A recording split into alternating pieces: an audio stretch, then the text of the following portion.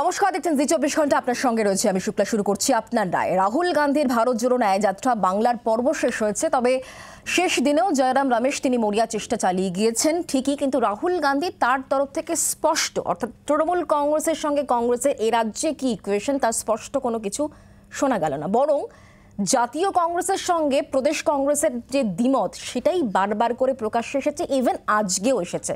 আর অন্যদিকে তৃণমূল নেত্রী, তৃণমূল সুপ্রিমো মমতা বন্দ্যোপাধ্যায় তিনি আজকেও কিন্তু একলা চলোর বার্তাই দিয়েছেন এবং তিনি সঙ্গে এটাও মনে করিয়ে দিয়েছেন যে কংগ্রেস সবথেকে বড় বিরোধী দল হলেও কংগ্রেস কিন্তু একা পারবে না, একথা স্পষ্ট জানিয়েছেন। সঙ্গে এটাও বলেছেন রাহুল গান্ধীর এই রাজ্যে যখন কর্মসূচি ভারত জোড়ো ন্যায় যাত্রা, কিন্তু তাকে কোনো কিছু জানানো হয়নি। ইন্ডিয়া জোটের মধ্যে তৃণমূল কংগ্রেস রয়েছে, কংগ্রেস এত কথা বলছে, কিন্তু তাকে কেন জানানো হলো না, এই প্রশ্ন আজকে ছুড়ে দিয়েছেন তৃণমূল সুপ্রিমো মমতা বন্দ্যোপাধ্যায়। আজকে এই বিষয় নিয়ে আমরা আলোচনা করব, যাদের সঙ্গে কথা বলবো তাদের সঙ্গে পরিচয় করিয়ে দিন।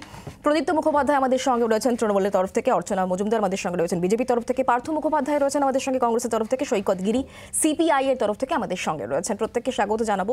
তবে শুরুতে অবশ্যই দেখাবো যে পর্ব শেষ হলো এই বাংলায় রাহুল গান্ধীর ভারত জোড়ো ন্যায় যাত্রা, কিন্তু এই যে জোট প্রশ্ন, সেই প্রশ্নে কার্যত নীরব রইলেন রাহুল গান্ধী।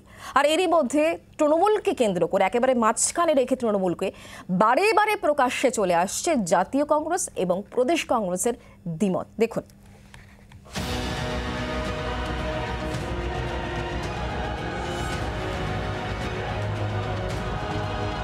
ভারত জোড়ো ন্যায় যাত্রা নিয়ে দু দফায় 6 দিন বাংলায় কাটানোর পর ঝাড়খণ্ডে চলে গেলেন রাহুল গান্ধী। কিন্তু এ রাজ্যে ইন্ডিয়া জোটের ভবিষ্যৎ নিয়ে ধোঁয়াশা কাটল না। উল্টে জোট বা স্পর্শকাতর রাজনৈতিক বিষয় নিয়ে বঙ্গে কার্যত মৌনই রইলেন রাহুল। 25শে জানুয়ারি অসম সীমানা পেরিয়ে কোচবিহারে ঢোকে রাহুল গান্ধীর ন্যায় যাত্রা। সেদিন অবশ্য বাংলায় পা রেখেই দিল্লি ফিরে যান তিনি। 28শে জানুয়ারি ফের জলপাইগুড়ি থেকে শুরু হয় কংগ্রেসের কর্মসূচি। শিলিগুড়ি, উত্তর দিনাজপুর হয়ে বিহারে চলে যান রাহুল। 31শে জানুয়ারি আবার বাংলায় ফিরে আসেন। এরপর 2রা ফেব্রুয়ারি পর্যন্ত মালদা, মুর্শিদাবাদ ও বীরভূমে ঘুরে রাহুল গান্ধীর ন্যায় যাত্রা। শুক্রবার বাংলায় ন্যায় যাত্রা শেষ দিনেও রাহুলকে দেখতে উপচে পড়ে ভিড়। জায়গায় জায়গায় ভিড় জমান ছবি শিকারীরা। বীরভূমের রাহুলের গাড়ির বনেটে উঠে পড়ে শিশুরা। বাংলায় এই কদিন হাতে গোনা কয়েকবারই বক্তৃতা করেছেন কংগ্রেস সাংসদ, কিন্তু কোথাওই ইন্ডিয়া জোট নিয়ে সেভাবে কিছু বলেননি। রাহুলের সেই মৌনতার মাঝেই বারে বারে প্রকাশ্যে চলে এসেছে জাতীয় এবং প্রদেশ কংগ্রেসের দ্বিমত। লোকসভা ভোটে বাংলায় একলা লড়াইয়ের কথা ইতিমধ্যেই ঘোষণা করে দিয়েছে মমতা বন্দ্যোপাধ্যায় দল। তারপরেও তৃণমূলকে পাশে চেয়ে একাধিকবার জোট বার্তা দিয়েছেন গান্ধী পরিবারের ঘনিষ্ঠ কংগ্রেস নেতা জয়রাম রমেশ। উল্টোদিকে মমতা ও তৃণমূলের বিরুদ্ধে বারে বারে প্রকাশ্যে সরব হয়েছেন প্রদেশ কংগ্রেস সভাপতি অধীর চৌধুরী।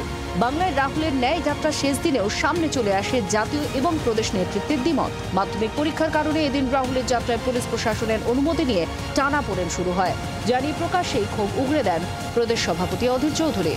পরীক্ষা দিচ্ছে ঘরের ভেতরে, তখন আমরা ফাঁকা রাস্তা দিয়ে গেলে অসুবিধাটা কোথায়? রাহুল গান্ধীর সঙ্গে কি দুটো গাড়ি যেতে পারে? যদিও অধীরের পুরোপুরি উল্টো সুর শোনা যায় জয়রামের গলায়। पर हम किसी वजह, किसी कारण, किसी तरह से बच्चों को, छात्रों को संकट नहीं पहुंचाना चाहते हैं, कोई नियम का हम उल्लंघन नहीं करना चाहते हैं। तो हमने आज 2.5 घंटे के बाद ही भारत जोड़ो न्याय यात्रा की शुरुआत की। বাংলায় জোট প্রশ্নে কংগ্রেসের এই দ্বিমত নিয়ে যখন জোর চর্চা চলছে, তখনই দলের অবস্থান নিয়ে ইঙ্গিতপূর্ণ মন্তব্য জয়রামের। Our workers are excited, they are encouraged by the Bharat Jodo Yatra. They will say many things in their enthusiasm and in their excitement. But officially, what I say represents the views of the Indian National Congress. বাংলার পর্ব শেষ করে শুক্রবারই ঝাড়খণ্ডে ঢুকে পড়ল রাহুল গান্ধীর ন্যায় যাত্রা। থেকে গেল অনেক প্রশ্ন। ক্যামেরায় দেবজ্যোতির সঙ্গে মৌমিতা, সোমা, প্রসেনজিতের রিপোর্ট, জি 24 ঘন্টা। এই বিষয় নিয়ে আলোচনা করব। প্রথমে আমি পার্থদার কাছে যাব অবশ্যই, তবে তার আগে সুমন ভট্টাচার্য রাজনৈতিক বিশ্লেষক আমাদের সঙ্গে রয়েছেন, তাকেও স্বাগত জানিয়ে নেব। সুমনদা, স্বাগত আপনাকে। পার্থদা, এই যে ভারত জোড়ো ন্যায় যাত্রা, সেখানে যে বিষয়টা বারবার করে প্রশ্নচিহ্নের মধ্যে আসছে যে রাহুল গান্ধী তিনি ভারত জোড়ো ন্যায় যাত্রায় পশ্চিমবঙ্গের বিভিন্ন প্রান্ত দিয়ে তিনি ঘুরে গেলেন। জয়রাম রমেশ তিনি বার্তা দিচ্ছেন যে এখনো পর্যন্ত তারা আশাবাদী এবং অনেকে আবেগের বসে অনেক কিছু বলে পড়ছেন, কিন্তু অফিসিয়ালি জয়রাম রমেশ যেটা বলছেন সেটাই ধরতে হবে। কিন্তু কোথাও গিয়ে রাহুলের কাছ থেকে কিছু আসবে এটা বাংলার মানুষ শুনতে চেয়েছেন, কিন্তু রাহুল গান্ধী একেবারেই মৌন থাকলেন। অন্ততপক্ষে জোটের যে ইকুয়েশন তা নিয়ে যে ধোঁয়াশাটা ছিল সেটা থেকেই গেল। দেখুন, প্রথম কথা হচ্ছে যে এবারে যে ন্যায়যাত্রা হচ্ছে এটা এর আগে ভারত জোড়ো যাত্রা, পরে এটা দ্বিতীয় পর্ব। ভারত জোড়ো যাত্রাটাও যদি আপনি দেখে থাকেন, সেখানে যাত্রা চলাকালীন কিন্তু এমনকি জাতীয় কংগ্রেসকে ভোট দিন এই স্লোগানটা কিন্তু যাত্রা চলাকালীন কোনোদিন কেউ শোনেনি, কেন এটাই বলা ছিল যে এই স্লোগান উঠবে না। বা জাতীয় কংগ্রেসের পতাকাও কিন্তু দেখা যায়নি, একবারে শেষ দিকে এসে দেখা গেছিল। এবারেও কিন্তু আপনি নির্বাচনে জোটে কে কটায় দাঁড়াবে, কার সঙ্গে কার জোট হবে, তার সঙ্গে কিন্তু ভারত জোড়ো ন্যায়যাত্রার সম্পর্ক নেই। ভারত জোড়ো ন্যায়যাত্রার কাজ আলাদা, জোটের ব্যাপারটা আলাদা। ভারত জোড়ো যাত্রা ন্যায়যাত্রা হলো কি না হলো তার সঙ্গে জোট আলাদা ব্যাপার। ভারত জোড়ো যাত্রা না হলেও জোট নিয়ে আলোচনা হবে, ভারত জোড়ো যাত্রা জোট হলেও সেখানে জোট নিয়ে আলোচনা হবে, কিন্তু তার সঙ্গে কোনো সরাসরি সম্পর্ক নেই। আর রাহুল গান্ধী এখানে এসছেন একটা ন্যায়যাত্রায়, তিনি অংশ নিচ্ছেন, ফলে তিনি কেন এই মুহূর্তে যেতে যেতে ভোটের এই সমস্ত ব্যাপারগুলো নিয়ে তিনি মাথা গলাবেন? কারণ একটা কথা বলা মানেই সেখানে 4 রকমের প্রশ্ন উঠবে। ফলে তার যে যাত্রার যে প্রধান যেটা লক্ষ্য, আমরা যেটা বারবার বলছি যে আমাদের যাত্রার প্রধান লক্ষ্য দুটো। আলোচনা থেমে আছে না, আমি তো বলছি আলোচনা, আমরা এটাই আলোচনা চাইছি যে আমাদের বক্তব্য হচ্ছে আমরা এতদিন শুনে এসেছি ইউনিটি ইন ডাইভার্সিটি, অর্থাৎ বৈচিত্র্যের মধ্যে ঐক্য। আমরা বলছি তার সঙ্গে কিন্তু আমাদের ইউনিটি উইথ ডাইভার্সিটি, অর্থাৎ বৈচিত্র্যের সঙ্গে ঐক্য, এই দুটোকে হাতে হাত মিলিয়ে এগোতে হবে। তারপরে নির্বাচন জোটে তো 5 বছর অন্তর অন্তর আসবে, কিন্তু যাত্রাটা কিন্তু সবসময় এই জিনিস হবে না। এই মানসিকতা নিয়ে আজকে মানুষ যে নেবেছে, যে পরিমাণ মানুষজন একে সমর্থন করছেন, সমর্থনের অর্থ মানে আমি এই বলছি না যে তারা সবাই মিলে লাইন দিয়ে গিয়ে এক্ষুনি তারা জাতীয় কংগ্রেসের চিহ্নে তারা ভোট দিয়ে দেবেন, না, আমি সে দাবি কখনোই করতে পারি না, কারণ এটা রাজনীতির কথা নয়। কিন্তু কথাটা হচ্ছে যে ন্যায়যাত্রার যেটা মূল উদ্দেশ্য, যে মানুষকে সচেতন করা। ন্যায়যাত্রাটা, আমার ন্যায়যাত্রা নিয়ে যদি আলোচনা করি, সেই সচেতনতা নিয়েই আমাদের আলোচনা করা উচিত। আর রাজনীতির আলোচনা করতে গেলে ভারত জোড়ো ন্যায়যাত্রার কোনো সম্পর্কই নেই, এটাই কি বলতে চাইছেন তাহলে আপনি? না, ভারত জোড়ো ন্যায়যাত্রার সঙ্গে সরাসরি জোটের কোনো সম্পর্ক নেই। নির্বাচনের সঙ্গে 2024 লোকসভা নির্বাচনকে মাথায় রেখে যদি রাহুল গান্ধীর এই সফর, সাধারণ মানুষকে তিনি কানেক্ট করতে চাইছেন এবং সে কারণেই তিনি এই ন্যায়যাত্রা, সাধারণ মানুষকে কানেক্ট করতে চাইছেন নির্বাচনকে সামনে রেখে 100 বার, কিন্তু সেখানে সরাসরি জোট নিয়ে আলোচনা এই মুহূর্তে ন্যায়যাত্রাকে লক্ষ্য করে নয়, আপনি আলাদা করতে পারেন। প্রদীপ্তদা, না, স্বাভাবিক ন্যায়যাত্রার উদ্দেশ্য নিয়ে দাদা এখানে আবার কনফিউশন করে দিলেন। কেন কনফিউশন করলেন তার একটা কারণ আমি বলি। যখন যাত্রা নিয়ে কোনো কিছু বলতে যাচ্ছেন জয়রাম রমেশ, তখন তিনি বারে বারে ইন্ডিয়ার প্রশ্ন তুলে আনছেন এবং সেখানে মমতা বন্দ্যোপাধ্যায়কে কিভাবে সামনে নিয়ে আসা যায় সেই বক্তব্য রাখছেন। আর ঠিক উল্টো সুর আপনি আজকেও দেখলেন, মানে কেউ কেউ বেসুরো বাজছে, হয়তো সেই বেসুরো বহরমপুরের আসন তাকে বাঁচাতেই হবে কোনো না কোনোভাবে, নয়তো হয়তো ঠিকঠাক সেটিং না হলে বহরমপুরের আসনটা যাবে, সেই ভাবনা থেকে হয়তো কেউ উল্টো কথা বলছে যে এই রাজ্যে বিজেপিকে ভালো করে অক্সিজেন দিতে হবে, অক্সিজেন না দিলে হয়তো আমাদের সেই নির্দিষ্ট আসনটা থাকবে না। স্বাভাবিকভাবেই জয়রাম রমেশ একরকম কথা বলছেন, আর একরকম কথা বলছেন অধীর চৌধুরী। মুদ্রা কথা হচ্ছে কোথাও না কোথাও গিয়ে যারা বলল গালি গালি মে শোর হে, রাজীব গান্ধী চোর হে, যারা বলল আমাদের 55,000 কর্মী মারা গিয়েছে, যারা বলল যে আমাদের সরকার ফেলে দেওয়ার একটা চক্রান্ত করছে 2008 সালে, তাদের সঙ্গে হাত মিলিয়ে নিল হচ্ছে এখানে কংগ্রেস, এবং কংগ্রেসকে যারা বারবার কংগ্রেসকে স্যাবোটেজ করেছে তাদের সঙ্গে হাত মেলাতে ওই দেখো আবার কি বলছি, আমি বলছি যে মুখ্যমন্ত্রী আলিমুদ্দিন সিটে বলেছিলেন তো, মুখ্যমন্ত্রী আলিমুদ্দিন সিটে যাক, আমাদের আগে বলেছিলেন যে আমরা একসঙ্গে লড়বো। দাদা পয়েন্ট বাড়াতে হলে পয়েন্ট বাড়িয়ে নিও, তোমার সময় আমার সময় আমাকে বলতে দিই, আমার সময় আমাকে বলতে দিই, আমার সময় আমাকে বলতে দাও, তুমি লিখে রাখো, তুমি পরে বলে দেবে। এবার আমার বক্তব্য হচ্ছে এখানে এসে কারা ফিশ কাটলেট খেয়েছে, চপমুড়ি খেয়েছে সেটাও আলাদা প্রশ্ন, আমার এইগুলো নিয়ে কথা হচ্ছে না। ভাবাদর্শ বড় হাতির দল তো এখন লার্জেস্ট পার্টি অনেকে বলে, তারপরেই আর একজন জাতীয় কংগ্রেস, সে সব থেকে বড় দল একটা কনটেক্সটে, সেকেন্ড লার্জেস্ট পার্টি। তাদের যে রেসপন্সিবিলিটি ছিল, বিগ ব্রাদার সিনড্রোম থেকে তো বেরোতে হবে। সবসময় বিগ ব্রাদার সিনড্রোম করছো, একদিকে কমিউনিস্ট পার্টি অফ ওয়েস্ট বেঙ্গলের সঙ্গে তোমরা যাচ্ছ, ওদিকে কমিউনিস্ট পার্টি অফ কেরালার সঙ্গে যাচ্ছ না, ওদিকে কমিউনিস্ট পার্টি অফ তেলেঙ্গানার সঙ্গে যাচ্ছ না, ওদিকে কমিউনিস্ট পার্টি অফ রাজস্থানের সঙ্গে যাচ্ছ না, ওদিকে কমিউনিস্ট পার্টি অফ ত্রিপুরার সঙ্গে কি সব করে বেড়াচ্ছ। ফলে মুশকিল হচ্ছে ভিত্তিক question আলাদা ভারতবর্ষের কিন্তু বারবার রাজনীতি করে এইটাই তো বলছেন, বলছি, জাতীয় তাহলে যাদের কংগ্রেস কথা ভারতবর্ষের রাজনীতির কথা ভাই রাখছে, সৈকত ইন্ডিয়া রাখতে যায়, রাখছে, সৈকত, ইন্ডিয়া সৈকত। মমতা রাখার পরেও তারা বন্দ্যোপাধ্যায় এর কিন্তু আগেও দেখা যাচ্ছে বলেছেন যে ইন্ডিয়ার মধ্যে কংগ্রেসের সঙ্গে থাকছে না। সম্পর্ক ভালো ছিল, কিন্তু এই বামেদের দিকে তিনি কিন্তু আঙুল তুলেছিলেন, গতকালও তিনি এই কথা কিন্তু বলেছেন। সৈকত, না, প্রথমত হচ্ছে বহু আগে গৌতম দেব একটা কথা বলেছিলেন। গৌতম দেব বলেছিলেন যে এমন একটা দিন আসবে যেদিন মমতা বন্দ্যোপাধ্যায় সবার দরজায় গিয়ে কড়া নাড়বেন, কিন্তু কেউ দরজা খুলবে না। আজকে এই পরিস্থিতি পশ্চিমবাংলার মাটিতে মানুষ দেখছে। এই মমতা বন্দ্যোপাধ্যায় তো পার্থতা শুরুটা করলেন। আমি এই মমতা বন্দ্যোপাধ্যায় তো বলেছেন যে প্রয়োজন হলে আমি আলিমুদ্দিনে গিয়ে মিটিং করব, আমি চাই বিজেপিকে সরাতে। আচ্ছা আপনি বলুন তো, 6 মাস, বেশি দিন না, আপনি 6 মাস, জি 24 ঘন্টা আর্কাইভ খুব স্ট্রং, 6 মাসের পুরনো 3টে পরপর বক্তব্য মমতা বন্দ্যোপাধ্যায়ের চালান। 1 নম্বর বক্তব্য কি মমতা বন্দ্যোপাধ্যায়, যে নীতিশ কুমার আর লালু যাদবের ছেলে তেজস্বী যাদবের সঙ্গে মিটিং হলো, যে কি আমরা আঞ্চলিক দলগুলো নিয়ে করব, কংগ্রেস বিশ্বাসযোগ্য নয়। তারপরের বক্তব্য হঠাৎ করে কি হলো না, ইন্ডিয়া জোটের মধ্যে আমি ইন্ডিয়ার নামকরণ করেছি। তারপরের বক্তব্য, এখনকার বক্তব্য কি না, সিপিএম কংগ্রেসকে চালাচ্ছে, তার জন্য আমি জোট ছেড়ে বেরিয়ে এসেছি। বিজেপি তো কংগ্রেসকে চালাচ্ছে না, সিপিএম যদি কংগ্রেসকে চালায় তাহলে আপনি বিজেপি বিরোধী ঐক্যকে দুর্বল করছেন কেন? আমরা স্বাধীনতার আগে, আচ্ছা আপনি একবার উদাহরণ দেখাতে পারবেন না এখানে যারা আছেন, যে স্বাধীনতার আগে থেকে আরএসএস এর বিরুদ্ধে লড়াই করা কমিউনিস্ট পার্টি, আরএসএস এর বিরুদ্ধে লড়াই করা কংগ্রেস, কোনোদিন কংগ্রেস বিজেপির জোট দেখেছেন, বা আরএসএস এর কোন ছায়া সংগঠনের সরকারি জোট দেখেছেন, বা বামেরা কোনো সরকারি জোট করেছে? 3-3বার ভর করা তৃণমূল কংগ্রেস। আমরা বলেছিলাম যে ট্রেন চলছে, একদিন না একদিন নেমে যাবে। যারা পকেটমার, যারা নকল অভিনয় করে, যারা ছদ্মবেশের অভিনয় করে মানুষকে বিভ্রান্ত করছেন। আচ্ছা আপনি বলুন তো, ঝাড়খণ্ডের মুখ্যমন্ত্রী অ্যারেস্ট হয়ে যায়, এই রাজ্যে কয়লা, দারোদা, সারদা, রোজভ্যালি এতগুলো চুরিতে অভিযুক্ত একটা মুখ্যমন্ত্রীর পরিবারের সাধারণ এমপি, আমি ভাইপো বলবো না, এমপি, তিনি গ্রেফতার হন না কেন? তার কারণটা কি? ওই তো তদন্ত তো হেমন্ত সোরেনের বিরুদ্ধেও চলছিল।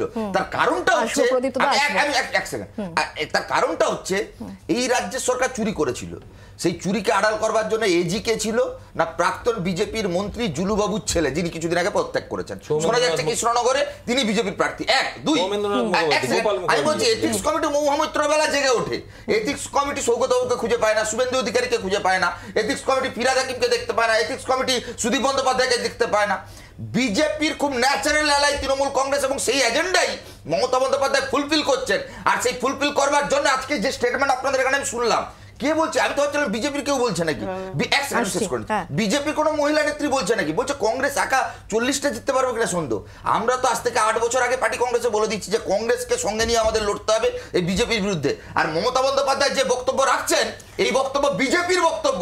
কংগ্রেসকে দুর্বল করো, ইন্ডিয়া জোটকে দুর্বল করো, বামপন্থীদের দুর্বল করো, যাতে বিজেপির হাত শক্ত হয়। ঠিক আছে, অর্চনা দি, আমি আসবো প্রদীপ দা, এবার একটু আমাকে আনইন্টারাপ্ট অবশ্যই বলুন। দেখুন, ইন্ডি জোটটা তৈরি হয়েছিল কেন? সেই ব্রিগেডে 28টা দল, তারপরে 5 জায়গায় মিটিং, ভার্চুয়াল, এত কিছু, বিজেপিকে হারাতে। একটাই দল বিজেপি, এবং একটাই প্রধানমন্ত্রী নরেন্দ্র মোদী, তাকে স্থানাচ্যুত গদিচ্যুত করার জন্য সব ডান বাম উপর নিচ সব এক হয়ে গেছিল, এবং মানুষ দেখছিল নাটক, স্ক্রিপ্ট। এখন কি হলো, তারা সবাই মিলে সিট শেয়ারিং বলুন বা অন্য ব্যাপার নিয়ে বলুন, তাদের মত বনামনে তারা আলাদা আলাদা লড়বে। বিশেষ করে পশ্চিমবঙ্গের মুখ্যমন্ত্রী এবং তৃণমূল দল, তারা একলা চলোর বার্তা দিচ্ছেন।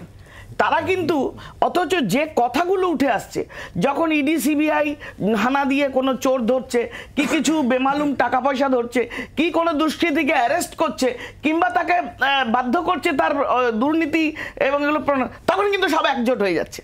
দুর্নীতির বিরুদ্ধে এরা এক, কিন্তু বিজেপির বিরুদ্ধে লড়তে এরা এক নয়। এই জায়গাটা মানুষ যেন খেয়াল করে। এই ইন্ডিজোটের বেসিক ফান্ডা কি?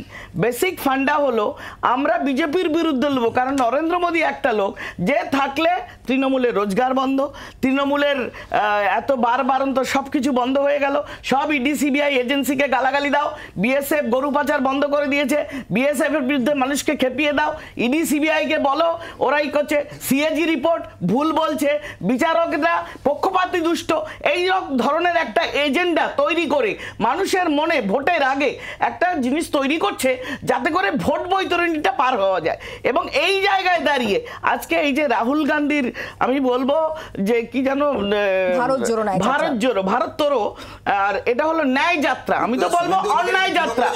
দেখুন, আমি কিন্তু একটা ডিস্টার্ব করি, আমি কিন্তু একটা ডিস্টার্ব করিনি, আমি একটা ডিস্টার্ব করিনি, আমাকে ডিস্টার্ব করলে আমি খুশি হব না মোটেই না। আমি আপনাকে আপনার বলার সময় একটা শব্দ বলেছি, তো আমাদের আপনারা দেখুন এই যে হচ্ছে এখন এই জিনিসটা, এরা এই সিপিএম বড় বড় কথাগুলো বলছে, যাদের ভোট পার্সেন্টেজ 4% নেই, তাও অ্যালায়েন্স উইথ আইএসএফ, আর এরা এখন কামড়াকামড়ি মানে স্ক্রিপ্ট তৈরি করছে। কংগ্রেস অন্যায়ভাবে মাধ্যমিক পরীক্ষার আগে যাত্রা করছে, পারমিশন পাচ্ছে না, কিন্তু পুলিশও অ্যারেস্ট করছে না, পুলিশ দাঁড়িয়ে দাঁড়িয়ে দেখছে। আজকে বিজেপি এরকম একটা সভা যদি করতো, সঙ্গে সঙ্গে সব অ্যারেস্ট হতো। সবাই চিৎকার করবেন না, আগে বলতে দিন, আমার টাইমে আমাকে বলতে দিন। আপনারা অনেক ভুলভাল বলেছেন। রাহুল গান্ধী, তাহলে ওরা বলুক, আপনি আপনার টাইমে বলবেন, আপনি আপনার টাইমে কার্টেসি মেইনটেইন করুন। আমি আসবো আবার, না আপনি আমার এয়ার টাইম মারলে আমি ওদের কাউকে বলতে দেব না, আপনি আমাকে জানেন সেটা। না না আমাকে বল, let me finish my topic, let me finish, 1 minute নেব, 30 সেকেন্ড। বলুন। এই যে রাহুল গান্ধীর অন্যায়ভাবে যে ভারততর যাত্রা হচ্ছে, এই যাত্রায় পুলিশ কিন্তু ওদের অ্যারেস্ট করছে না, অর্থাৎ কিনা এটা একটা স্ক্রিপ্ট মানুষকে বোকা বানানোর। আবার দেখুন এই যে পুলিশকে, ইডি, সিবিআই কে সবাইকে গালাগালি করে তৈরি হচ্ছে, একটা জিনিস করছে বিজেপি খারাপ, কিন্তু লড়াই তোরা একসঙ্গে দে। তোরা যেমন গার্ড বন্ধন করে ইন্ডি জোটে, এখন পিন্ডি চটকে গেল কেন? কেন পারছো না তোমরা লড়াই দিতে? তাহলে আজকে তোমাদের মধ্যে বিজেপি গড়ে তুলতে পারবে 2024 এ বলছেন, তাহলে আমাদের বাংলা ক্ষেত্রে মল্লিকার্জুন খাড়গে আজকে পার্লামেন্টে বলেছে বিজেপি 400 বেশি। আমি সুমনদার কাছে যাব। মল্লিকার্জুন খাড়গে আজকে পার্লামেন্টে বলেছে রাহুল গান্ধীর ভারত জোড়ো ন্যায় যাত্রা 2 দফায় 6 দিন তিনি কাটালেন, তার মধ্যে অনেকগুলো মতামত, প্রদেশ কংগ্রেস এক কথা বলছে, জাতীয় কংগ্রেস এক কথা বলছে, এবং জয়রাম রমেশের আজকের বক্তব্য খুব ইম্পর্টেন্ট, যে আবেগে অনেকে অনেক কিছু বলে দিতে পারে, কিন্তু সেটা অফিশিয়াল না, এটা খুব ইম্পর্টেন্ট একটা কথা। কিভাবে দেখছেন? এবং তার সঙ্গে মমতা বন্দ্যোপাধ্যায় যে বারবার বার্তা দিচ্ছেন যে একলাই চলবে তৃণমূল কংগ্রেস, কি মনে হচ্ছে আপনার? দেখুন, কংগ্রেস একটা নীতি নিয়ে চলতেই পারে যে বিভিন্ন রাজ্যে আলাদা আলাদা তাদের পলিসি, এবং সেটা তো সত্যি। পশ্চিমবঙ্গে তাদের পদযাত্রা যখন গেছে, মানে কংগ্রেসের ভারত জোড়ো যাত্রা, তখন সেখানে মোহাম্মদ সেলিমরা গেছেন, সুজন চক্রবর্তীরা গেছেন, কিন্তু যখন রাহুল গান্ধী এর আগে কন্যাকুমারিকা থেকে শুরু করেছিল, তখন কেরালায় বামপন্থীরা যায়নি, কারণ কেরালায় বামপন্থীরাই তাদের প্রধান শত্রু। সো এভরি পার্টি হ্যাজ, মানে তাদের নিজস্ব একটা নীতি আছে, এবং সেই অনুযায়ী তারা ফ্রেম করবে। এবং আমার মনে হয় যে কংগ্রেসের তরফ থেকে, কেন্দ্রের কংগ্রেস নেতৃত্বের তরফ থেকে একটা স্পষ্ট বক্তব্য আছে যে তারা কোনো মতে মমতা বন্দ্যোপাধ্যায়ের বিরুদ্ধে কিছু বলবেন না, কিন্তু তার মানে এইটা নয় যে তারা মমতা বন্দ্যোপাধ্যায়ের সঙ্গে জোট করবেন। যদি জোট করতে চাইতেন তাহলে তো নিশ্চয়ই রাহুল গান্ধী অত হাসি মুখে শতরূপ ঘোষ থেকে শুরু করে সকলের সাথে ছবি তুলতেন না। নাও coming back to the old point, যে রাহুল গান্ধীর যাত্রার গুরুত্ব বা খারাপ ভালো যাই হোক, দেখুন ভারতবর্ষে স্বাধীন ভারতের ইতিহাসেই প্রথম একজন লোক হাঁটছেন, এবং রাহুল গান্ধী এবারের যাত্রার সময় একটা কথা বলেছেন যেটা আগের বারের যাত্রাতেও বলতেন, don't walk behind me I may not lead, don't walk in front of me I may not follow, just walk beside me and B my friend. এটা অনেকে জানেন না, এটা নেলসন ম্যান্ডেলারও প্রিয়তম কোট, এটা আলবেয়ার কামুল লেখা।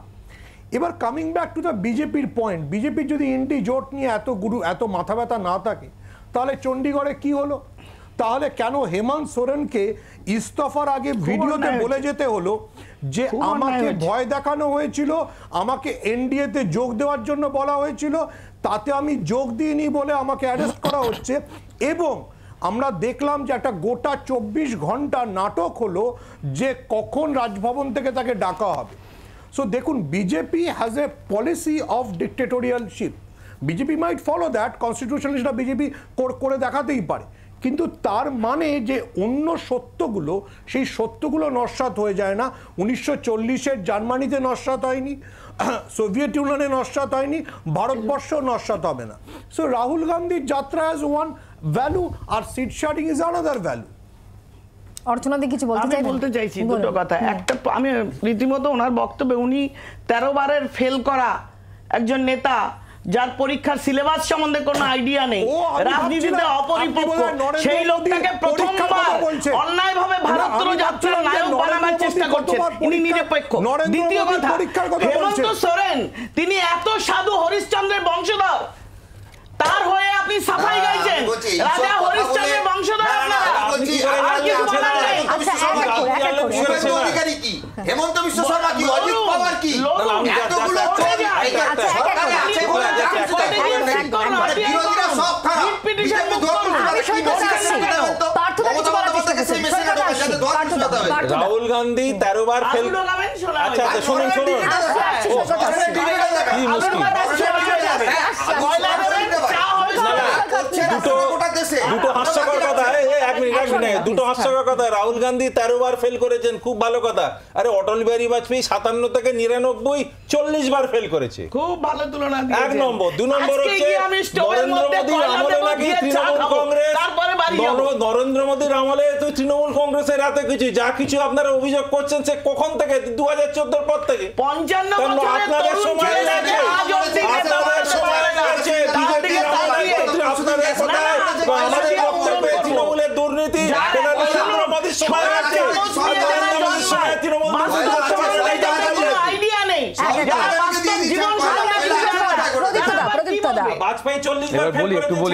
আমি তো কারোর সময় বলিনি। এখন ক্যাগ রিপোর্ট নিয়ে দিদি বলতেই পারেন, স্বাভাবিক। ক্যাগ রিপোর্ট নিয়ে বলতে গেলে 2003 সাল থেকে যেটা বলা হয়েছে তার চিঠি আমরা দিয়েছি, আমাদের সেই সৎসাহসটা আছে।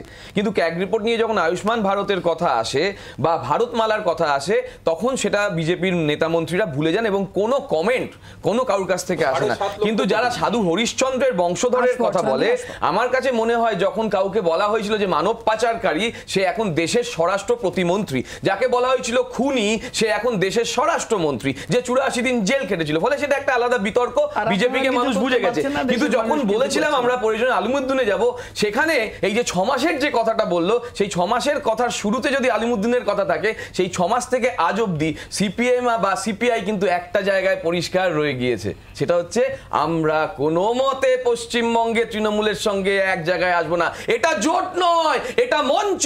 আর আজকে দেখে কোথায় মনে হচ্ছে সৈকতের কথা, ওরে বাবা, সে তো ডি রাজার মতন বসে আছে, অভিষেক বন্দ্যোপাধ্যায় কখন আসবে তার চেয়ারটা ফাঁকা রেখে দিয়ে, কখন কংগ্রেসের সেই নেতা বলবে যে এটা একটা বিশেষ ব্যবস্থা হচ্ছে যাতে ইন্ডিয়া জোটকে মেলাইন করা যায়।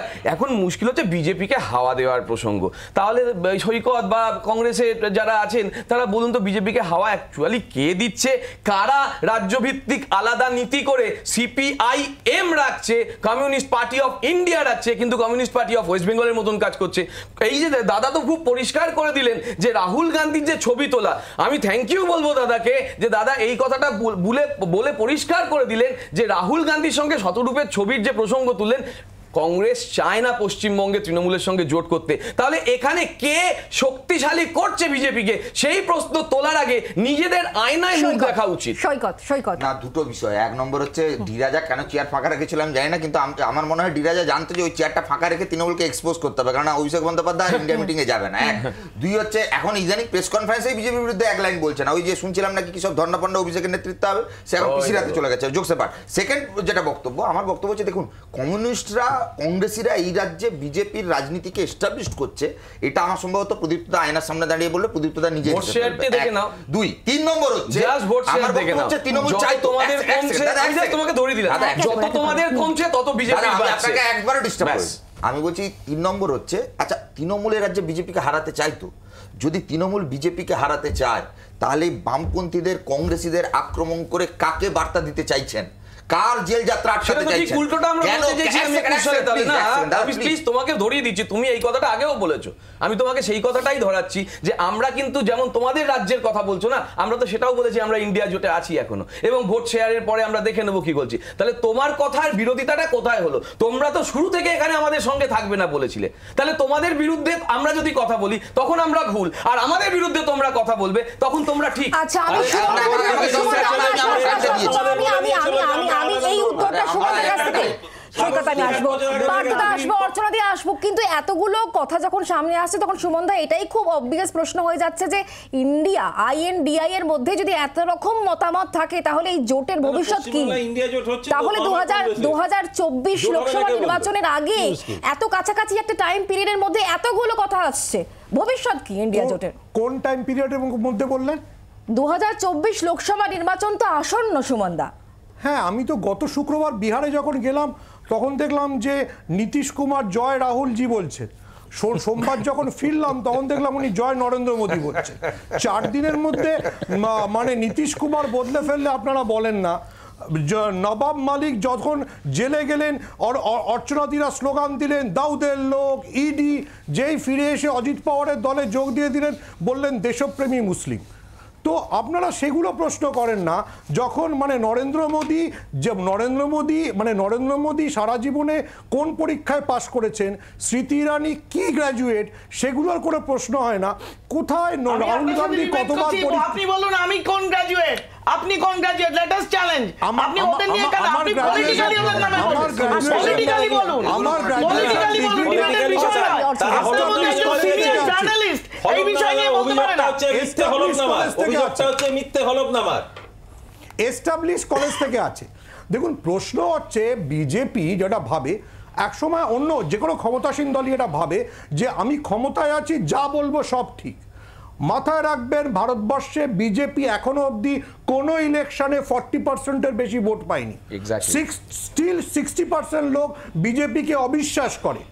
এইটা মাথায় রেখে যেন অর্চনা দেবীরা অন্যদের চ্যালেঞ্জ বা হুমকি দেন। আমি সুশান্ত ঘোষের হুমকি সহ্য করেছি যে সুশান্ত ঘোষ এখন মেদিনীপুরে ঢুকতে পারেন না, ফলে 20 বছরের ব্যবধানে 2047-এ অর্চনা দেবীরা কোথায় থাকবেন সেটা আমারও চ্যালেঞ্জ রইল। কিন্তু এই সঙ্গে সঙ্গে আমরা এই প্রসঙ্গে আসবো, যেহেতু মমতা বন্দ্যোপাধ্যায় তিনি বারবার করে একলা চলোর বার্তা দিচ্ছেন এবং কেন তিনি একলা চলোর কথা বলছেন সেই ব্যাখ্যাও তিনি আজকে যে ধর্ণা মঞ্চে রয়েছেন মমতা বন্দ্যোপাধ্যায় সেখান থেকে দিয়েছেন। আমরা সেই প্রসঙ্গে আলোচনায় আসবো। একটা বিরতির সময় হচ্ছে, বিরতি নিচ্ছি, বিরতির পর ফিরে আসছি, সঙ্গে থাকুন।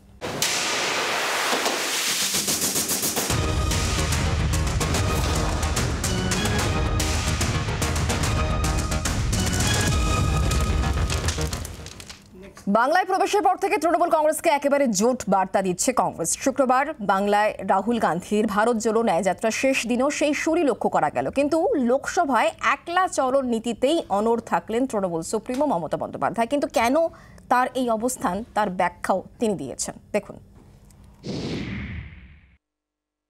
इंडिया गठबंधन राष्ट्रीय चुनाव के लिए है। इंडिया गठबंधन पश्चिमी बंगाल के विधानसभा के लिए नहीं, महाराष्ट्र के विधानसभा के लिए नहीं, किसी विधानसभा के लिए नहीं। বাংলায় পা রাখা স্তক রাহুল গান্ধীর ভারত জোড়ো ন্যায়যাত্রা থেকে জোটের বার্তা দিচ্ছে কংগ্রেস। কিন্তু হাত শিবির যতই সুর নরম করুক, এই নিয়ে কি জবাব তৃণমূল নেত্রীর? লড়তে যদি পারে বিজেপিকে কেউ, বাংলা পারে, তৃণমূল কংগ্রেস পারে, আর আমরাই পারি সমস্ত রিজিওনাল পার্টিকে ঐক্যবদ্ধ করে এক জায়গায় দাঁড়াতে। কংগ্রেস তুমি তো একা পারবে না, তুমি 40টা সিট পাবে কিনা আমরা জানি না, সারা ভারত 300টা সিট লড়ে। আজ তোমাদের এত অহংকার, এত অলংকার। আমি নাই বা কিছু চাইলাম, তাও আমি বলেছিলাম 2টো সিট তোমাদের দেবো, তোমাদের জিতিয়েও দেবো। বললো হবে না। আমি বললাম কটা চাই? 42টা। আচ্ছা 42টাই নিয়ে নাও। রিজেক্টেড। তারপর থেকে আমার সাথে কোনো সম্পর্ক নেই, কথাও হয়নি। শুক্রবার রেড রোডের ধর্ণা মঞ্চ থেকে পূর্ব ও পশ্চিম বর্ধমান জেলার তৃণমূল নেতাদেরও একলা চলার বার্তা দিয়েছেন তৃণমূল নেত্রী। কেন তিনি লোকসভার লড়াইয়ে একলা চলন নীতিতে ভরসা রাখছেন তার ব্যাখ্যা দিয়েছেন বিস্তারিত। এক হাত নিয়েছেন সিপিএম ও কংগ্রেসকে। আজও সেই সিপিএম বিজেপিকে জেতাতে চায়, বিজেপিকে জেতাতে চায়। সবচেয়ে বড় বন্ধু হয়ে গেছে বিজেপির। পঞ্চায়েত থেকে হিসেব করে বিধানসভা লোকসভা দেখে নিন। শুনুন, আমরা কংগ্রেসকে বলেছিলাম 300 আসন একা লড়ো, আমরা সবাই মদত করব। আর 243টা আসন সব রিজিওনাল পার্টিকে দিয়ে দাও, যারা যেখানে স্ট্রং তারা লড়ুক, সেখানে তুমি মাতব্বরি করবে না। হলো হলো না? প্রথমেই চলে এলো বাংলায়। মমতার দাবি, বিরোধী জোট ইন্ডিয়া শরিক হলেও তাকে আমন্ত্রণই জানানো হয়নি রাহুলের যাত্রায়। বাংলায় প্রোগ্রাম করতে এসছি আমরা, নাকি ইন্ডিয়ান অ্যালায়েন্স? একবার তো ইনফরমেশনটা দেবে, অমুক দিন থেকে প্রোগ্রাম করতে যাচ্ছি বাংলায় এই রুট দিয়ে। আর তো কিছু চাই না। আমাকে কেউ তো বলেনি, আমি অ্যাডমিনিস্ট্রেশনের থ্রুতে শুনেছি। ডিরেক্টরকে কাউকে কাউকে ফোন করে বলেছে আমাদের গাড়িটা পাস করে দাও। আমাকে একবারের জন্য জানায়নি, আমি জানতেই পারিনি। তুমি বাংলা না বেছে ইউপি গেলে না কেন? বুকের পাটা থাকতো দেখতাম ইউপিতে এলাহাবাদে গিয়ে বিজেপিকে হারিয়ে এসো।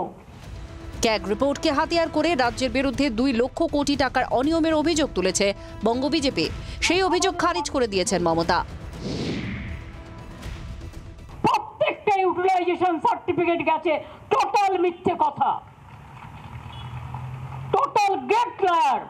আর ওরা যে 2 লক্ষ কোটি টাকার কথা বলছে, कैग रिपोर्ट देख लीजिए, क्या देख लीजिए, पूरा झूठा बताया। कैग को कोई इंफॉर्मेशन ही नहीं था क्या लिखना है क्या लिखना नहीं है। জোট নিয়ে শুধু বাংলায় টানাপোড়েন নয়, দিল্লিতেও কংগ্রেসের সঙ্গে দূরত্ব বাড়াচ্ছে জোড়াফল শিবির। সংসদের বাজেট অধিবেশন নিয়ে এদিন বিরোধী শিবিরের সমন্বয় বৈঠক ডাকেন কংগ্রেস সভাপতি মল্লিকার্জুন খার্গে। সেই বৈঠকে যোগ দেয়নি তৃণমূল। ব্যুরো রিপোর্ট, জি24 ঘন্টা। পার্থদা, আবারও আপনাকে দিয়ে শুরু করবো এই পর্বে। মমতা বন্দ্যোপাধ্যায় বলছেন রাহুল গান্ধী ভারত জোড়ো ন্যায় যাত্রা, কিন্তু অথচ তিনি জানেন না, প্রশাসনের কাছ থেকে তিনি জানছেন। দেখুন, এখন মুখ্যমন্ত্রী যদি এই কথা বলেন, তার সবাই জানলো, তার দলের সবাই জানলো, পশ্চিমবাংলার আপামর জনসাধারণ জানলো, কিন্তু মুখ্যমন্ত্রী জানলেন না। না, অ্যাকচুয়ালি মুখ্যমন্ত্রী তো অনেক কিছুই জানছেন না। আপনি যদি ইদানিংকালে দেখেন তৃণমূল কংগ্রেসের যে সরকারটা চলছে, মুখ্যমন্ত্রী তো অনেক কিছুই জানতে পারছেন। এটা তো ঘটনা যেটা সবাই জানছে, সবাই দেখছে, কাগজে দেখছে, টিভিতে দেখছে, কিন্তু মুখ্যমন্ত্রী জানতে পারছেন না, এমন অনেক কিছু দেখতে পাচ্ছি। একটা চিঠি ওরা দেখাতে পারবে যে ওরা আমাদেরকে এখানে মমতা দিকে কোনো ইনভিটেশন তো এখানে চিঠি নিয়ে বসে নেই, আমাদের এখানে বসে থাকার কথা নেই। শুধু বলে দিন কথা হচ্ছে, দরকার নেই, শুধু বলে দিন, আপনি বলে দাও মুখে যে হ্যাঁ চিঠি পাঠিয়েছিল। যা বলার ওখানে বলা হচ্ছে, সবাই দেখছে, যা বলা হচ্ছে ওখানে সবাই দেখছে, কিন্তু কথাটা হচ্ছে যে সবাই জানে, সবাই জানতো। আর হয়নি কে বলেছে মুখের উপর মিথ্যে? না না, মুখের উপর মিথ্যে বলার নয়, মুখের উপর মিথ্যে বলার না। তোমাদের অসুবিধার কারণটা কি? হ্যাঁ, একটা কথা যেটা বলছো যে মাধ্যমিক পরীক্ষা চলছে, মাধ্যমিক পরীক্ষা চলছে 100 বার, যার জন্য আজকে 2.5 ঘন্টা পিছিয়ে দেওয়া হয়েছে মাধ্যমিক পরীক্ষার জন্য। বাকি কি বলেছো না, এখন এই জেলাতে মুখ্যমন্ত্রী খবর করবেন, তিনি যে কোনো সময় আসতে পারেন, অতএব সার্কিট হাউসে 1/2 ঘন্টা খাবারের জন্য, লাঞ্চের জন্য সময়, মধ্যাহ্নভোজের সময় দেওয়া যাবে না। কিন্তু পুলিশ বলছে আপনি যেতে পারেন, কিন্তু হাত নাড়তে পারবেন না, তাতে মানুষ উত্তেজিত হয়ে যেতে পারে। প্রশ্ন করা হয় যে তুমি সেদিক থেকে অন্যদিকে সেই সব নিয়ে তো খুব একটা সমস্যার কথা বলেননি জয়রাম রমেশ, যদি অধীর রঞ্জন চৌধুরী তিনি অন্য কথাই বলেছেন। আজকেও মাধ্যমিক পরীক্ষার বিষয়ে তিনি একেবারে দেখাচ্ছিলেন যে ছাত্রছাত্রীরা কখন ঢুকে যাচ্ছে, কখন পরীক্ষা শেষ হয়েছে, ফাঁকা রাস্তা দিয়ে কেন যেতে দেওয়া হচ্ছে না, অথচ জয়রাম রমেশ অন্য কথাই বলছেন। পরিষ্কার বোঝাচ্ছেন যে জোট ভাঙার দায় আমার নমন। এবার আমি বলছি, আমি পশ্চিমবঙ্গ প্রদেশ কংগ্রেসের একজন মুখপাত্র ছাড়াও আমি এআইসিসিরও all India spokesperson on state matters. আমি বলছি আপনাকে, আমাদের যেহেতু এই সমস্ত ব্যাপারে যেহেতু নির্বাচন সামনে আসছে, এআইসিসিরও আমাদের নির্দেশ আমাদের উপর থাকে, এবং আমরা সেই এআইসিসির নির্দেশ অনুযায়ী কিন্তু আমরা কথাবার্তা বলছি। এই যে মাঝে মাঝে তৃণমূলের বন্ধুরা বলেন না যে এআইসিসি ওখানে একরকম বলছে, তোমরা টিভিতে বসে একরকম বলছো, না, আমরা আমাদের দলীয় নির্দেশ, আমরা এআইসিসির নির্দেশ মেনে বলছি। যেহেতু সামনে আমাদের লোকসভার নির্বাচন, আমাদের বলার মধ্যে পিসিসি ছাড়াও কিন্তু এআইসিসির নির্দেশ নিয়েই কিন্তু আমাদের বলতে হচ্ছে, যেহেতু এটা রাষ্ট্রের নির্বাচন সামনে আসছে। আচ্ছা, আমি এবার অর্চনা দিয়ে এবং সৈকতের কাছে একই প্রশ্ন রাখছি। মমতা বন্দ্যোপাধ্যায় বলেন সিপিএম বিজেপি বন্ধু। সৈকত না, দেখুন, প্রথমত হচ্ছে আমি আবারও সেই একই উদাহরণ দিয়ে শুরু করছি। আমরা একটা কনফার্ম ট্রেনের টিকিট কেটে যাত্রা শুরু করেছিলাম বিজেপি বিরোধী লড়াইয়ে। তখন অনেকে আমাদের পাশে ছিলেন না। কেউ যদি টিকিট না কেটে ট্রেনে উঠে বলেন যে তারা সেই ট্রেনে সফর করতে চান, স্বাভাবিকভাবে আমরা তাকে আটকাতে পারবো না। তাকে আটকানোর দায়িত্ব, বিনা টিকিটের যাত্রীদের দেখার দায়িত্ব ইডি সিবিআই এর।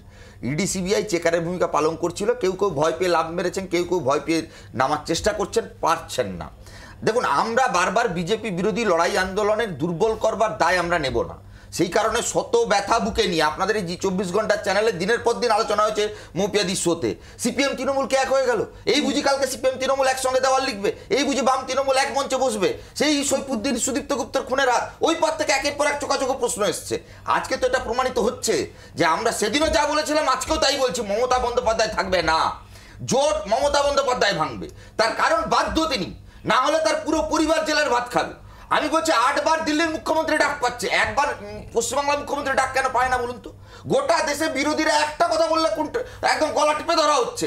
এ রাজ্যে মুখ্যমন্ত্রীর পরিবারের সদস্যরা কেন রেহাই পেয়ে যাচ্ছে?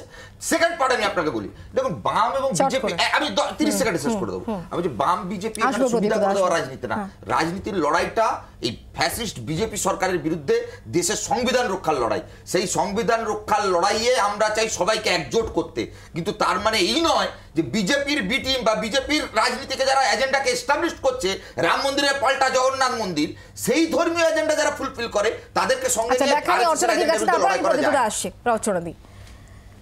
আমি সঞ্চালককে ধন্যবাদ দেব, সকলের 2 রাউন্ড হয়ে গেল, অথচ প্রধান বিরোধী দল বিজেপি এতক্ষণে একটা চান্স পেল। ধন্যবাদ ম্যাডাম। একসাথে প্রশ্নগুলো হলে পরে আপনারা উত্তর দিতে সুবিধা হবে। বিরোধী এক একজন বক্তা 2-3টে করে ইস্যু রাখে। আচ্ছা অর্থনীতি, আপনি সময় পেয়েছেন, আপনি বলুন। রাখি, আশা করব কেউ ডিস্টার্ব করবে না। প্রথমে হলো আমার সুমন বাবু বললেন যে রাষ্ট্রবাদী মুসলমান তারা নাকি বিজেপি নাকি তাদের ডাকছে। আমি একটা কথা বলি, স্বাধীনতা পরবর্তী কাল থেকে কংগ্রেস ধরে নিয়েছিল মুসলিম ভোট তাদের, তৃণমূল সিপিএম ধরে নিয়েছে মুসলিম ভোট তাদের, তার পরবর্তীকালে তৃণমূল ধরে নিয়েছে মুসলিম ভোট তাদের। আমরা মানুষের ভোট ধরেছি, মুসলিম ভোট ধরি। শুনুন, এদের আমরা মানে হিন্দু মুসলিম মানুষ না। তোমরা 70% হিন্দু নিয়ে বা 65% হিন্দু নিয়ে লড়াই করো। না না না না, একদম এ বাবা এরকম ডিস্টার্ব করলে আমি উঠে চলে। আরে হিন্দু মুসলিম আলোচনা হবে না, একটা সময় এক এক করে। আচ্ছা এক এক করে আমি উত্তর দেব। আমি আসছি, মিডিয়ার টাইম চলে যাচ্ছে। বলুন, শুনুন, নরেন্দ্র মোদী যে রাষ্ট্রবাদী কাজগুলো করছে, যারা সত্যিকারের ভারতীয় মুসলমান তারা জানে they have been misused by this political parties. না তাদের গরিবি গেছে, না তাদের ইনফ্রাস্ট্রাকচার, বাড়িতে একটা ঘর বাড়ি, জল, গ্যাস, ইলেকট্রিসিটি, জল, কোনো জিনিসের কোনো, না তাদের শিক্ষার জন্য, মহিলাদের জন্য কোনো উন্নয়ন হয়েছে। মানুষ দেখছে গত 10 বছরে কি পরিবর্তন এসেছে। এবং কারো বাড়িতে যখন রান্নার গ্যাস আছে, মাথায় ছাদ আসে, শৌচালয় আসে, নরেন্দ্র মোদী দেখেন না এটা হিন্দু না মুসলমান, টিএমসি না কংগ্রেস, সিপিএম নাই। সেই কারণে আজকে রাষ্ট্রবাদী মুসলমানরা দলে দলে বিজেপিতে, দলে দলে বিজেপিতে জয়েন করছে। এবং এই জায়গাটা হলো তৃণমূলীদের এজেন্ডার বিরুদ্ধে। শুনুন, এই জায়গাটা ওদের যারা আজকে বার্নাল লাগুন, বার্নাল লাগুন, মানুষ মারা গেলে বার্নাল লাগায়,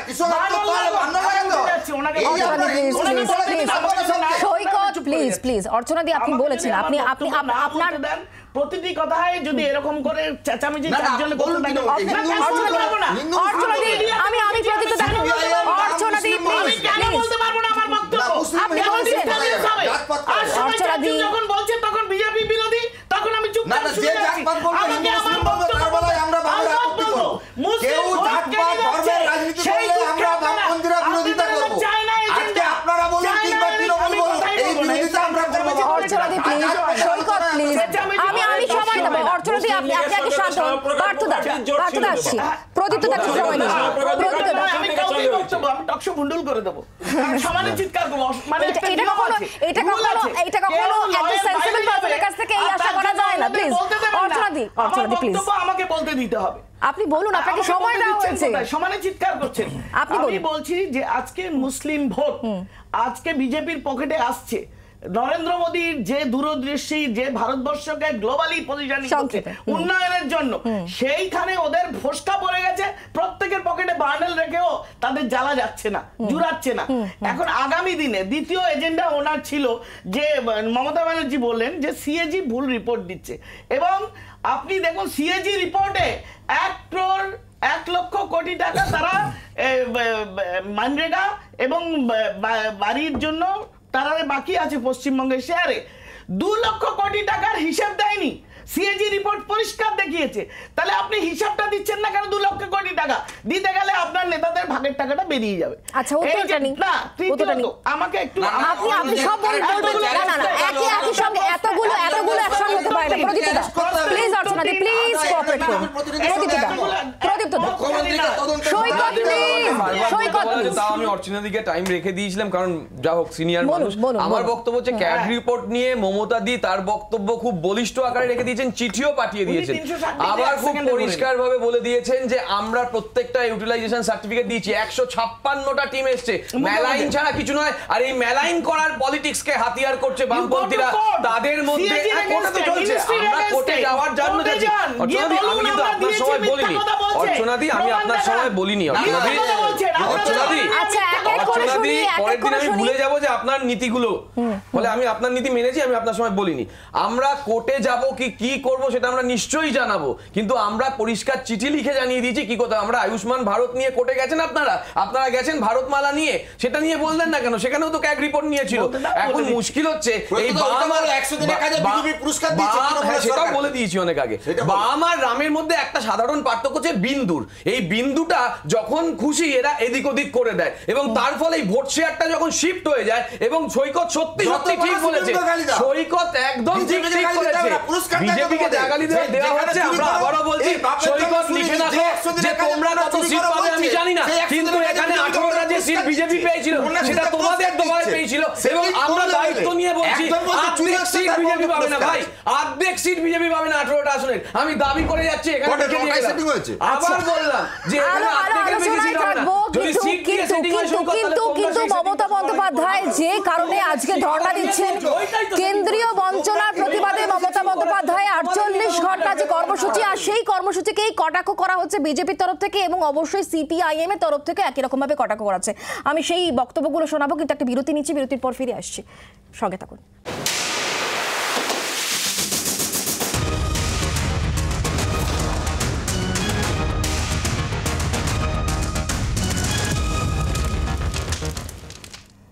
কেন্দ্রের কাছ থেকে বকেয়া প্রাপ্য বারবার মমতা বন্দ্যোপাধ্যায় কথা বলেছেন। অভিষেক বন্দ্যোপাধ্যায় তিনি দিল্লিতেও গিয়েছিলেন গত অক্টোবরে, এবং মমতা বন্দ্যোপাধ্যায় যে 48 ঘন্টার কর্মসূচি মাধ্যমিক আজকে থেকে শুরু, আর এই জায়গা থেকেই কিন্তু বিজেপি তরফ থেকে কটাক্ষ করা হচ্ছে যে মমতা বন্দ্যোপাধ্যায় যদি মাধ্যমিক পরীক্ষার দিন এরকম কর্মসূচি নিতে পারেন তাহলে বিজেপিও পাল্টা কর্মসূচি করবে। সুকান্ত মজুমদার কি বলেছেন শোনাবো, এবং একই সঙ্গে মোহাম্মদ সেলিম সিপিআইএম নেতা, তার বক্তব্য এবার কি শোনাবো। মাননীয় মুখ্যমন্ত্রী পরীক্ষা চলাকালীন এই ধর্ণা শুরু করলেন। আমরা পরীক্ষার মধ্যে কোনো ধরনের আউটডোর পলিটিক্যাল অ্যাক্টিভিটি আমরা বন্ধ রেখেছি, বিজেপি বন্ধ রেখেছে। তো মুখ্যমন্ত্রী যখন শুরু করলেন তো স্বাভাবিকভাবে আমাদেরকেও তাহলে আর বাধা রইল না, অ্যাটলিস্ট আমাদের কাছে কেউ প্রশ্ন তুলতে পারবে না যে বিজেপি কেন করলো। তো আমরা ইমিডিয়েটলি আমি এবং আমাদের রাজ্যের বিরোধী দলনেতা শুভেন্দু অধিকারী আলোচনা করে আমরা পাল্টা ধর্ণার ব্যবস্থা করছি। এই ধর্ণাটা নাটক কেন বললাম? তাহলে আগে নাগপুর, তারপরে প্রধানমন্ত্রী দপ্তর, তারপরে গ্রাম উন্নয়ন দপ্তর জানিয়েছে টাকা দেবো, আর মমতা এখন রাজ্যের মানুষকে দেখাচ্ছেন যে দেখো আমি গিয়ে লড়ে নিয়ে আসবো। প্রত্যেকটা নির্বাচনের আগে কেন্দ্রীয় সরকার এরকম করেছে, কারণ তৃণমূলের হাতে টাকা না এলে, কাটমানি না হলে তার যে বাহিনী তাকে তারা নামাতে পারে না। এবং যেভাবে বিজেপি তৃণমূল বিরোধী শক্তি পশ্চিমবঙ্গে দানা বাঁধছে, সেখানে দাঁড়িয়ে এছাড়া আরএসএসের অন্য কোনো উপায় নেই, তার দুর্গার হাতে কিছু অস্ত্র তুলে দিতে হবে। আমি সুমন দা আপনার কাছ থেকে জানার চেষ্টা করব, মমতা বন্দ্যোপাধ্যায় বারে বারে সোচ্চার হচ্ছেন এবং তিনি আগে থেকেই তো হুঁশিয়ারি দিয়ে রেখেছিলেন তিনি ধর্নায় বসবেন, আর এই জায়গা থেকে অনেকগুলো পরিপ্রেক্ষিত উঠে আসছে যেটা বলা হচ্ছে যে মমতা বন্দ্যোপাধ্যায় যে পাচ্ছেন না, কেন্দ্র হিসেব দিতে চাইছে বলছে, কিন্তু হিসেব কেন দিতে পারছেন না, কেন হোয়াইট পেপার প্রকাশ করা হচ্ছে না, তিনি আইনের দ্বারস্থ হতে পারেন সেটাও তিনি করছেন না কেন, এই প্রসঙ্গগুলো উঠে আসছে। আসলে কে সত্যি কথা বলছে, কে মিথ্যে কথা বলছে, মানুষ তো সুবন্ধা এটা বুঝতে পারছে না। আমি একটু 2 মিনিট বলতে চাইবো। প্রথমে তার আগে আমি 10 সেকেন্ড অর্চনাদিকে অনেক ধন্যবাদ যে আমাকে এত পাবলিসিটি দিয়েছেন, এই জন্য ধন্যবাদ জানিয়ে এবার আমি আমার কথাটা একটু বলি। সেটা হচ্ছে দেখুন, সিএজি রিপোর্ট এর আগে যখন ইউপিএ সরকার ছিল সিএজি রিপোর্টে অনেক কথা বলা হয়েছিল, এবং যিনি সিএজির প্রধান ছিলেন বিনোদ রায়, তিনি রাতারাতি ন্যাশনাল আইকন হয়ে গেছিলেন। তারপর যখন মামলা হলো, সিবিআই হলো, কোনো ঘটনা প্রমাণ হলো না। এবার যিনি সিএজির প্রধান গোবিন্দচন্দ্র মুর্মু, তিনিও গুজরাট ক্যাডারের আইএএস অফিসার, তিনি নরেন্দ্র মোদীর হ্যান্ডপিকড অফিসার যিনি সিএজিতে এসছেন। নাও coming back to the CAG report, ঠিক আছে সিএজি রিপোর্ট দিয়েছে, সরকার খুব খারাপ কাজ করেছে, তো তাহলে সড়ক পরিবহন সড়ক উন্নয়নের ক্ষেত্রে নীতিন গডকরির ডিপার্টমেন্টের বিরুদ্ধে যে অভিযোগগুলো সেগুলোর কি হবে? আমি আর একটা সরকারি রিপোর্ট একই সঙ্গে প্রকাশিত একটু উল্লেখ করি। আরবিআই রিপোর্টে বলেছে এই নরেন্দ্র মোদীর জমানায় প্রতিদিন সরকার রাফলি 832 কোটি টাকা লোন দেয়, আর 512 কোটি টাকার লোন রিমুভ করে দেয়, লোন ছাড় দিয়ে দেয়। তাহলে এই 9 বছরে 13 লক্ষ কোটি টাকার লোন মকুব করে দেওয়া হয়েছে। এটা কারা? এটা তারা নয় তো যে যারা ইলেকটোরাল বন্ডে সবচেয়ে বেশি বিজেপিকে টাকা দেয়। তো পয়েন্ট ইজ যে BJP is only selective about যে সিএজি কখন কোন বিরোধীদের সম্পর্কে কি বলেছে। হেমন্ত সোরেনের ব্যাপারে selective, not selective about Ajit power, not selective about Praful Patel. তো দ্য প্রবলেম ইজ আমরা তো চাই যে সরকার তদন্ত করুক, সেই তদন্তে তাহলে আপনাকে প্রশ্ন আসবে যে নারদার কি হলো, সারদার কি হলো, সেগুলো কেন ইলেকশনের আগে জুজু হিসেবে বেরোয়।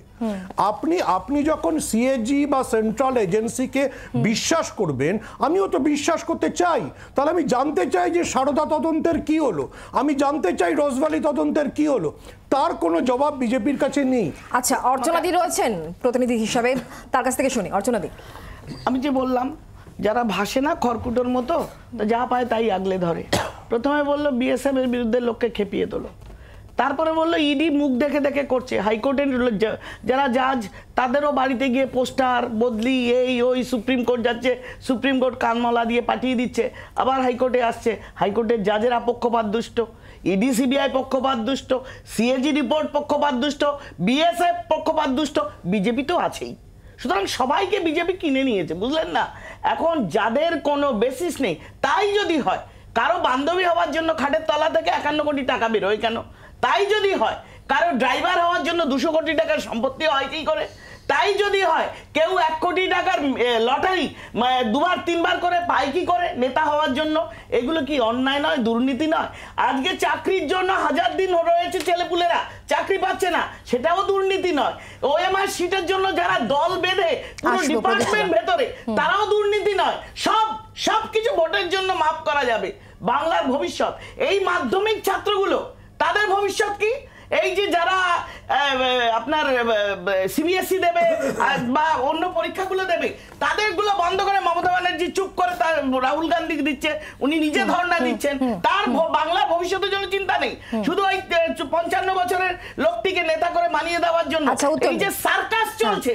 বাংলার মানুষ এই সার্কাস দেখছে, ন্যায়যাত্রায় তার মানে বিজেপি বলছে আমরা সহযোগিতা করছি।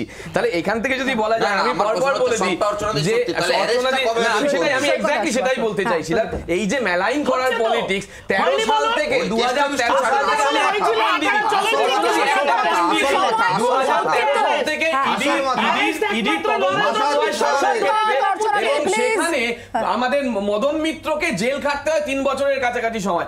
আজ অব্দি আমি জানতে পারলাম না যে মদন মিত্রর বিরুদ্ধে চার্জশিট জমা পড়েছে কি পড়েনি, বা মদন মিত্র দোষী কি দোষী না। তাপস পাল মারা গেছে, তাপস পাল মারা গেছে, আমি জানি না কে দোষী কি দোষী না, আমি জানি না যে সুব্রত মুখার্জি মারা গেছে দোষী কি দোষী না। ফলে এই কথাগুলো আপনারা বলবেন না, আপনারা বলবেন না। সুলতান আহমেদের কথাও তো ঠিক, আপনি বলছেন যে 1000 দিন যারা রাস্তায় বসে আছে। দিদি আপনি বলুন তো, যে অভিজিৎ গঙ্গোপাধ্যায়কে এই অধীর চৌধুরী বলেছেন আপনাকে মুখ্যমন্ত্রী দেখতে চাই, বা আপনারা যাদের ওই কোটাধিকারীর মাধ্যমে রাজনীতি করতে চেষ্টা করেছিলেন, সেই অভিজিৎ গাঙ্গুলি বলছে তোদের রাস্তায় বসে কি হবে, কোর্টে আসুক, কোর্টে না হলে হবে না। যেই কোর্টে আপনি কানমুলার কথা বলছেন, যে হাজবেন্ডটাকে দেখে পাঠালে সেটা বলো, সেটাই তো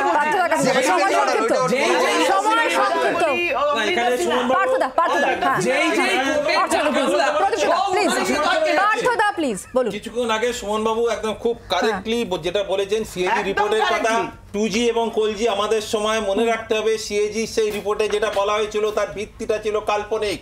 সিএজি রিপোর্টে যেটা বলা হয়েছিল প্রিজাম্পটিভ, কাল্পনিক জিনিসের উপর ভিত্তি করে সেই রিপোর্ট দেওয়া হয়েছিল, এবং যার ফলাফল হচ্ছে যে 2G এর ক্ষেত্রে জাস্টিস অফিস হয়নি, এবং কোলজির ক্ষেত্রে জাস্টিস পরাঘরের হাজার হাজার পাতার রিপোর্ট তাদের রায় পরিষ্কার জানিয়ে দিয়েছে যে বিজেপির সঙ্গে চক্রান্ত করে সেই সিএজি সেই রিপোর্ট তৈরি করেছিলেন। কাল্পনিক রিপোর্ট ছিল, সেটা ছিল প্রিজাম্পটিভ কাল্পনিক রিপোর্ট। ভারতের করাপশন ইনডেক্স কাল্পনিক রিপোর্ট নিজে বলেছেন আমার কাল্পনিক ভিত্তির উপর। সময় একেবারে শেষ। সুমনদা হাত তুলেছে, সুমনদা যদি এক লাইনে বলা যায় তাহলে বলুন। সুমনদা বলুন। পার্থদা সময় একেবারে নেই, সুমনদা অনেকক্ষণ থেকে হাত তুলে রয়েছেন। সুমনদা দেখুন, কেউ কোনো বৈঠকে অনুপস্থিত থাকলেই ইন্ডিয়া জোট ভেঙে যাচ্ছে এটা ভাববেন না। আজকে তো মমতা বন্দ্যোপাধ্যায়ের ধর্নায় তৃণমূলের অনেক সাংসদ ছিলেন না, আমি নাম করছি না, তাতে কি আমরা ধরে নেব তার সঙ্গে মমতা বন্দ্যোপাধ্যায়ের দূরত্ব হয়ে গেছে? একসঙ্গে চলতে গেলে কখনো কখনো থাকবে, কখনো কখনো থাকবে, এবং বিজেপি রেগেও যাবে। এটা নিয়েই ভারতবর্ষের রাজনীতি চলবে যতক্ষণ না বিজেপি পুরোপুরি এটাকে ফ্যাসিবাদ করে দিতে পারে। আলোচনা আজকে এখানে শেষ করতে হবে। আপনাদের প্রত্যেককে অসংখ্য ধন্যবাদ আমাদের সময় দেওয়ার জন্য। এখন এখানেই শেষ করছি। অন্যান্য সব খবরের জন্য দেখতে থাকুন জি 24 ঘন্টা।